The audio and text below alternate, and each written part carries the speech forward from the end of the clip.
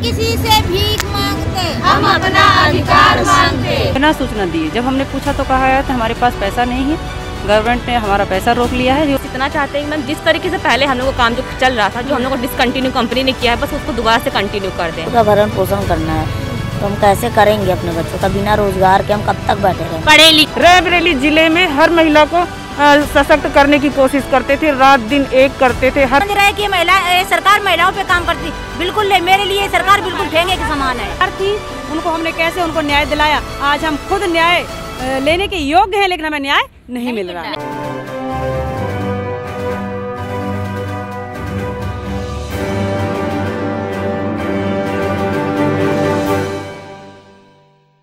अधिकार मांगते, नहीं किसी से भीख मांगते, हम अपना अधिकार, नहीं किसी से भीख मांगते, हम अपना अधिकार मांगते। नमस्कार, मैं हूं सोनिया सिंह और मैं इस वक्त राजधानी लखनऊ के इको गार्डन में मौजूद हूं। उत्तर प्रदेश में जो विधानसभा चुनाव होने वाले हैं उसमें तो प्रदेश में ऐसा लगता है रैलियों का जनसैलाब है। अगर इको गार्डन की बात करें तो इको गार्डन में एक के बाद एक धरना प्रदर्शन जो है कई दिनों से चल रहे हैं।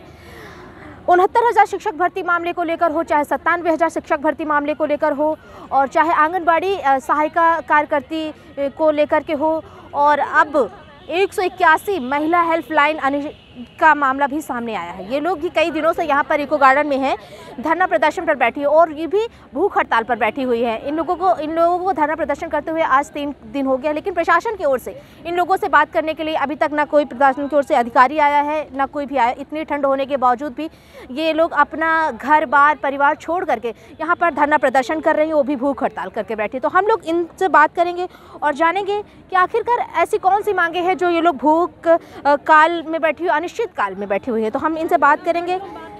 मैम, ये बताइए कि आप लोग जो बैठी हुई हैं धरना प्रदर्शन पे 3 दिनों से, प्रशासन की ओर से क्या कोई अधिकारी आया आप लोगों से बात करने के लिए? नहीं, अभी कोई नहीं आया है। हम 3 दिन से यहाँ बैठे हुए हैं और हम 1 की महिला कर्मचारी हैं। हमारी योगी सरकार ने 2017 में पूरे हमारे यूपी में जितने भी जिले हैं 75, उसमें रेस्क्यू वैन के साथ में प्रत्येक जनपद में 3 से 4 सुगमकर्ता महिला सुगमकर्ता थी, जो कि क्षेत्रीय मुद्दे जो होते हैं महिलाओं के, घरेलू हिंसा हो गया, छेड़छाड़ हो गया, रेप अटेम्प्ट हो गए, मेडिकल सहायता हो गई, पुलिस परामर्श हो गया, जो भी होता था हम सारे कार्य करते थे जी। और ये महिला कल्याण विभाग की एक हमारे उत्तर प्रदेश सरकार की महत्वाकांक्षी योजना भी थी।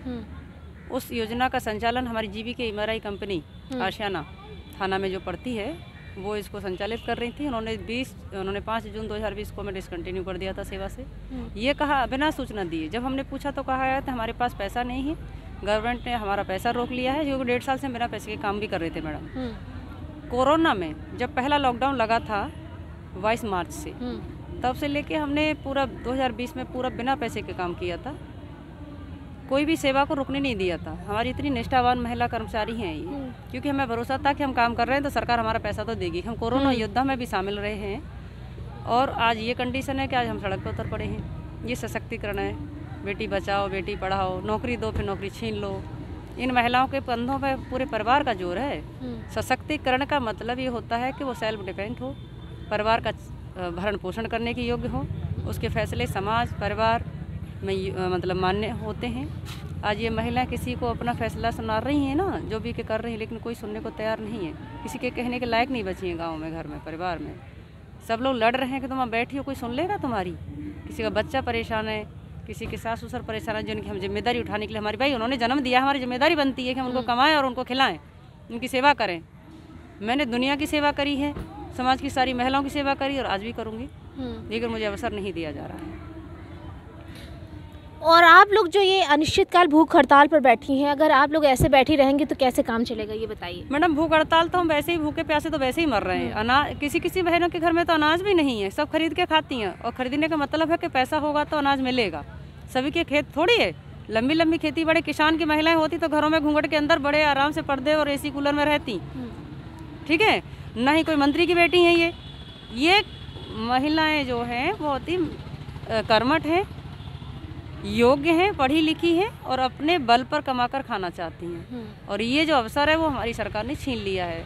छीना इसलिए है क्योंकि वो अपना उल्लू सीधा कर रहे हैं, अपनी योजना को प्राइवेट सेक्टर को देते हैं, टेंडर देते हैं, और प्राइवेट कंपनी वाले मनमानी करते हैं। तो क्या आप लोग जो ये बैठे, अगर प्रशासन की ओर से कोई भी अधिकारी आप लोगों से जब तक बात नहीं करने आता है, आप लोगों की जो मांगे हैं वो पूरी नहीं की जाती हैं अगर, तो क्या इसका असर जो चुनाव होने वाला है आप लोग उस पर दिखाएंगे? क्या इसका असर पड़ेगा? हाँ, चुनाव पे तो पड़ेगा। ये तो स्पष्ट दिख रहा है, शीशे जैसा दिख रहा है, कुएं जैसी आवाज है। जैसा आप कहोगे वैसे ही हमें सुनने को मिलेगा। क्योंकि हमारी जो सरकार है ना, वो योगी जी भले ही वहाँ बैठे मंत्री बने, लेकिन यहाँ की जनता ने उनको चुना है ना। यही हमारे देश के एक कानून का एक जो हमें लचीलापन लगता है या कठोरता लगती है, वो यही है। क्योंकि यहाँ का शासन जनता चलाती है और उनको ये दिखा दिया जाएगा कि शासन किसका है। जी, थैंक यू। अभी हम और लोगों से बात करेंगे इधर कि आप लोग भी बताइए कि आप अपना घर और परिवार आप लोग छोड़ करके यहाँ पर बैठी हुई हैं। अगर प्रशासन का कोई भी अधिकारी आप लोगों से बात करने नहीं आता है तो आप लोग क्या कितने दिनों तक यहाँ ऐसे ही बैठे रहेंगे भूख हड़ताल पर? मैम, जब तक सुनवाई नहीं होगी तब तक बैठे रहेंगे, क्योंकि अगर इस तरीके से हम लोग नहीं करेंगे। आप लोग लखनऊ से ही आई हैं या फिर मतलब अलग? मैं तो लखनऊ से हूँ, लेकिन बाकी हमारी जो बहनें बाहर से आई, कोई कासगंज से, कोई मथुरा से आए, आउट ऑफ डिस्ट्रिक्ट से आई, यहाँ पे बैठे हुए हैं 3 दिन से बिना खाना खाए, बिना पानी पिए, इस तरीके से बैठे हुए हैं। ऐसे किस तरीके से काम चलेगा? इतना प्रॉपर सारी चीज़ें चल रही थी, सारी चीज़ें इतने अच्छे से मैम प्रॉपर चल रही थी। समझ लीजिए रात को हम लोग ने महिलाओं की मदद करी है। हमारी जितनी महिलाएं हैं ये रात को रेस्क्यू करती थी यहाँ पे। हम लोग ने रात में कॉल्स ली हैं, इस तरीके से पूरी रात जाके हम लोग ने हेल्प करी महिलाओं की। आज हम लोग खुद इस तरीके से परेशान है कि आज हम लोग को सड़क पे बैठना पड़ रहा है, और ये 1 साल से चल रहा है मैडम। इस तरीके से हम लोग डिसकंटिन्यू कर दिए गए हैं। तो अब क्या कहना चाहती हैं कि सरकार किस तरीके से आपकी बातें माने?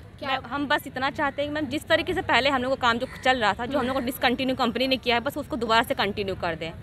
किसी भी योजना में हम लोग को समायोजन दिला दे, हमें किसी भी कंपनी में शिफ्ट कर दे, लेकिन हमें रोजगार दे दे, क्योंकि हम बिल्कुल बेरोजगार हो चुके हैं। काम होते हुए भी आप लोगों से छीन गए? बिल्कुल मैम, काम चल रहा था, काम करते करते हम लोग को डिसकंटिन्यू कर दिया गया। हम लोग ने 11 महीने बिना सैलरी उठाए काम किया, उसके बावजूद उन लोगों ने हम लोग को डिसकंटिन्यू कर दिया। क्या वो जो 11 महीने आप लोगों की सैलरी नहीं मिली थी तो वो दिया? मैम 11 महीने में केवल उन लोगों ने हम लोग को 8 महीने की सैलरी दी। अभी भी 3 महीने की सैलरी हम लोग की होल्डिंग पे है, अभी तक वो नहीं दी गई है।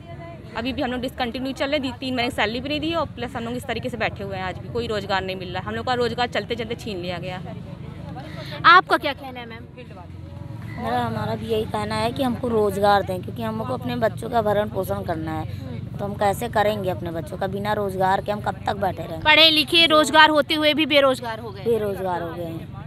और परिवार की तरफ से भी आप लोगों को ताने दिए जा रहे होंगे अब कि क्या वहाँ पर धरने प्रदर्शन पर बैठी हुई हैं आप बच्चों को छोड़ कर के, परिवार को छोड़कर, तो क्या प्रशासन आप लोगों की सुन लेगा? क्या ऐसे भी ताने भी आप लोगों को मिलते हैं? मैम, ये हमारी बहन अमेठी जिले से आई है। अच्छा। आप इनसे पूछिए, ये 4 बहनें हैं। इस जॉब से ये अपने 4 बहनों का खर्चा चलाती थी। ये बहन हमारी ये बता रही कि हमारी बहन हमसे ये झगड़ा करती है। पे बोझ हो गई हो, तुम्हारा किस्मत नहीं ठीक है, उल्टे सीधे बातें सुनाते हैं घर वाले। जॉब जाने की वजह ये सुनना पड़ रहा है कि ये धरती की बोझ है।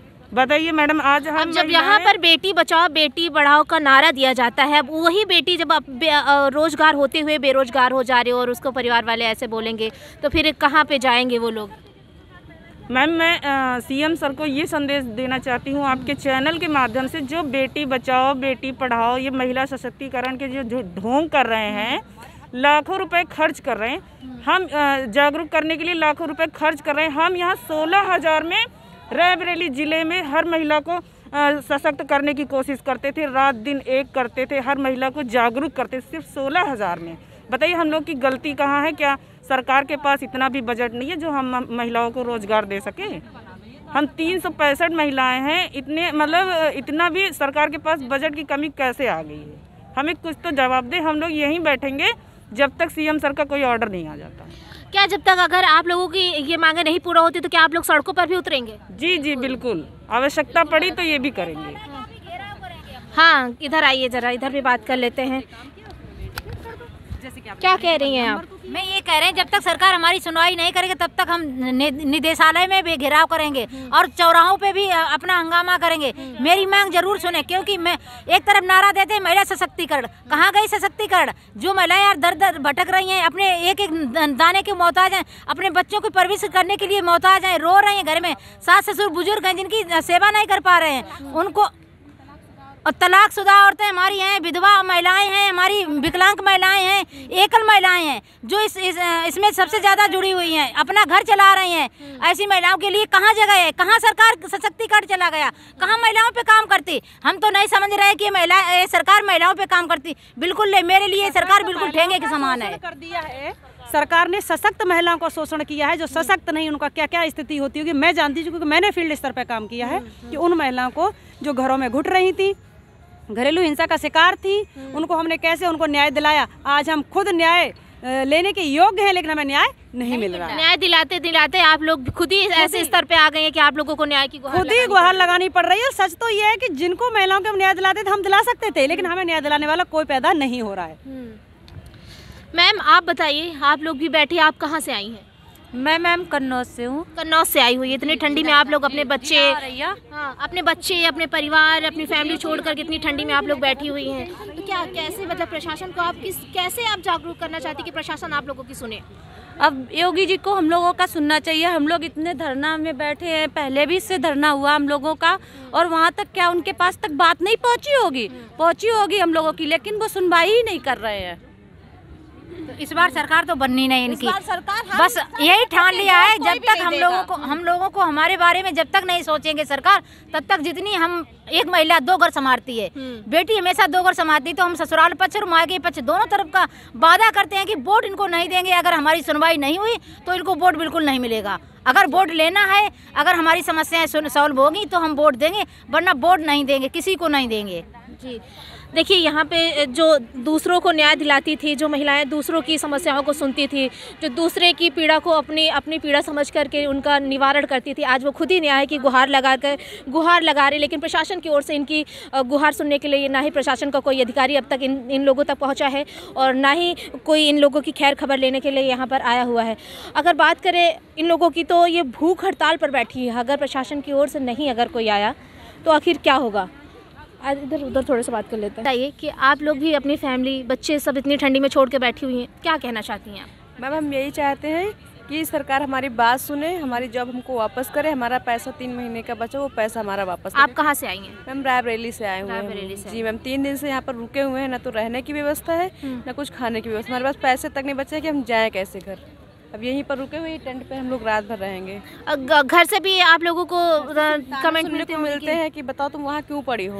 कोई कुछ बात हो जाएगी तो उसकी जिम्मेदारी कौन लेगा? हम कहाँ पर जाएंगे? कोई रास्ता हमारे पास बचा नहीं है। मैम बताइए क्या करें, इतना बेरोजगार हो गए हैं, सारी उम्मीदें हम लोगों की छिन गई हैं। अगर नहीं आते कोई प्रशासन का अधिकारी, तो क्या आप लोग भी ये पूरा अपना लेकर क्या सड़क तक भी उतरेंगी, विधानसभा तक पहुँचेंगी? जी मैम जाएंगे, हम सब लोग जाएंगे, क्योंकि कोई रास्ता नहीं छोड़ा है। हमारी बात सुने, हमारी जॉब हमको वापस करें। मैम कैसे काम चलेगा ऐसे? कब तक हम लोग यहाँ पर बैठे रहेंगे बताइए? सही बात है। देखिए ये लोगों का भी बहुत ज़्यादा। मैम आप कुछ कहना चाहती हैं? देखिए यहाँ पर जितनी भी महिलाएं हैं ये भी बहुत आक्रोशित हैं। जी छोटा सा बच्चा छोड़ कर आई हूँ यहाँ। मेरे हस्बैंड एक्सपायर हो गए हैं, ससुराल में मुझे रहने के लिए घर नहीं दिया गया। मैं मायके में रहती हूँ, अपने दम पर अपने बच्चे को पालती थी। आज की डेट में जब से हमारी जॉब छिन गई है, जो भी सैलरी थी हमारी ख़त्म हो चुकी है। हमारे बच्चे को पढ़ाने तक के लिए हमारे पास पैसे नहीं है। पापा से मांग के मैं जैसे तैसे करके मैं यहाँ तक आई हूँ। अब आप सोचिए, बिन बाप का बेटा हमारे घर में डेली 3 दिन से लगातार मुझे कॉल करता है, मम्मा कब आ रही हैं आप? बताइए हम यहाँ क्या घूमने आए हैं क्या? हम शौक के हमारे यहाँ ठंडी में मर रहे हैं क्या? हमारा बच्चा वहाँ पे क्या खा रहा है, क्या पी रहा है, इस तरह की ठंडी में क्या कपड़े हमारा बच्चा पहन रहा है, हमें कुछ नहीं पता। मैम मेरा 1.5 साल का बच्चा जितनी स्थिति में यहाँ पे खराब है। अब इतनी ठंड में मैं अपने बच्चे को अपने घर पे अपनी 7 साल की बेटी के सहारे छोड़ के आई हूँ। अगर दोनों को यहाँ लेकर आती हूँ तो उसका जिम्मेदार मैं सरकार को ठहराऊंगी, अगर उन दोनों को कोई कुछ भी हो गया तो। क्योंकि अगर हमको यहाँ पे कोई ज़रूरत नहीं मिलेगी तो हम यहीं पे अपने बच्चों को लेके बैठेंगे, अगर हमारी सुनवाई नहीं हुई।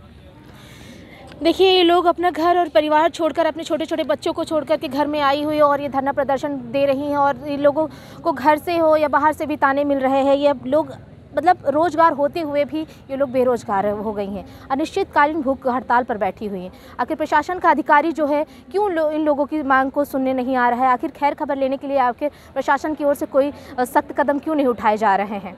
वीडियो जर्नलिस्ट सलमान के साथ सोनिया सिंह, सो न्यूज़ 24 लखनऊ। हमारे चैनल से जुड़ी रहने के लिए सब्सक्राइब करें, लाइक करें, शेयर करें और बेल आइकन को प्रेस करना ना भूलें।